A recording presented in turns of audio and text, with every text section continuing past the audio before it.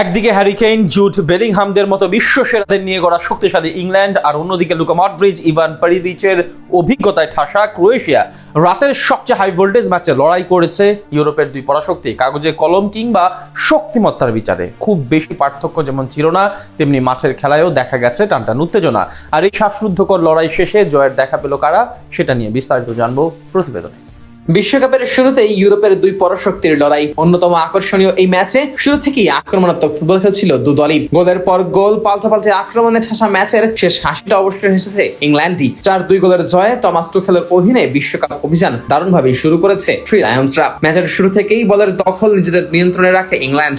মাঝে ডেকন রাইস ও জুড বেলিংহামের দারুণ সমন্বয়ে একের পর এক আক্রমণ তৈরি করতে থাকে তারা। তবে প্রথম দিকে ক্রোয়েশিয়ার রক্ষণ এবং গোলরক্ষক ডমিনিক লিভাকোভিচের দৃঢ়তায় গোলের দেখা পাচ্ছিল না ইংলিশরা। অবশ্যই 12তম মিনিটে আসে সেই মুহূর্ত। বক্সের ভেতরে ননি মাদুয়েকে ফাউল করেন ক্রোয়েশিয়ার অধিনায়ক লুকা মডরিচ। সঙ্গে সঙ্গে পেনাল্টির বাঁশি বাজান রেফারি। পর কিক নিতে এসে প্রথম প্রচেষ্টায় লিভাকোভিচের কাছে ব্যর্থ হন হ্যারি কেইন। তবে ভিআর এ দেখা যায় শট নেওয়ার আগে গোল লাইন ছেড়ে বেরিয়ে এসেছিলেন লিভাকোভিচ। ফলে পুনরায় পেনাল্টি নেওয়ার সুযোগ পান কেইন। দ্বিতীয়বার আর কোনো ভুল করেননি ইংল্যান্ড অধিনায়ক। ঠান্ডা মাথায় বল জালে জড়ান এবং এগিয়ে নেন ইংল্যান্ডকে। এই গোলের মাধ্যমে বেকহামের পর দ্বিতীয় ইংলিশ ফুটবলার হিসেবে টানা 3টি ভিন্ন বিশ্বকাপে গোল করার কীর্তি করেন কেইন। গোলের পরও থেমে থাকেন ইংল্যান্ড। একের পর এক আক্রমণে ক্রোয়েশিয়াকে চাপে রাখলেও কাঙ্ক্ষিত দ্বিতীয় গোলটি আসছিল না। এরই মাঝে 36 মিনিটে ম্যাচের সমতায় ফেরে ক্রোয়েশিয়া। বিশ্বকাপে অভিষেক ম্যাচ খেলতে নামা মার্তিন বাতুরিনা বক্সের বাইরে থেকে দুর্দান্ত এক দূরপাল্লার শটে জর্ডান পিটফোর্ডকে পরাস্ত করেন। মুহূর্তে এই ম্যাচে ফিরে আসে ক্রোয়েটরা। তবে তাদের সেই আনন্দ স্থায়ী হয় মাত্র 5 মিনিট।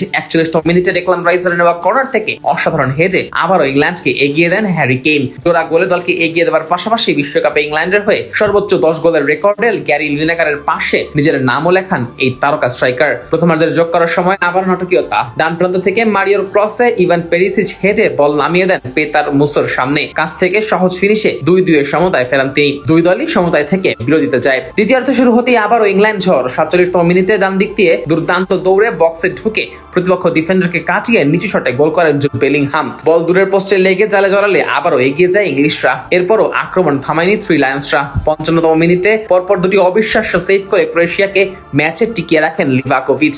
প্রথমে নিকো ওরাইলির শট, এরপর অ্যান্থনি গর্ডনের হেড ফিরিয়ে দেন তিনি। কিছুক্ষণ পর হ্যারি কেইনের আরেকটি শটও দারুণ দক্ষতায় রুখে দেন এই গোলরক্ষক। অন্যদিকে মাঝে মাঝে পাল্টা আক্রমণ উঠলেও ইংল্যান্ডের রক্ষণ ভাঙতে পারছিল না ক্রোয়েশিয়া। 76তম মিনিটে মারিওর জোরালো শট দুর্দান্তভাবে ঠেকিয়ে দেন জর্ডান পিকফোর্ড। শেষ পর্যন্ত 85তম মিনিটে ক্রোয়েশিয়ার ঘুরে দাঁড়ানোর সব আশায় জল ঢেলে দেন বদলি খেলোয়াড় মার্কাস রাশফোর্ড। মাঠে নামা মাত্র কয়েক মিনিটের মধ্যেই বক্সের বাইরে বল পেয়ে ডিফেন্ডারকে কাটিয়ে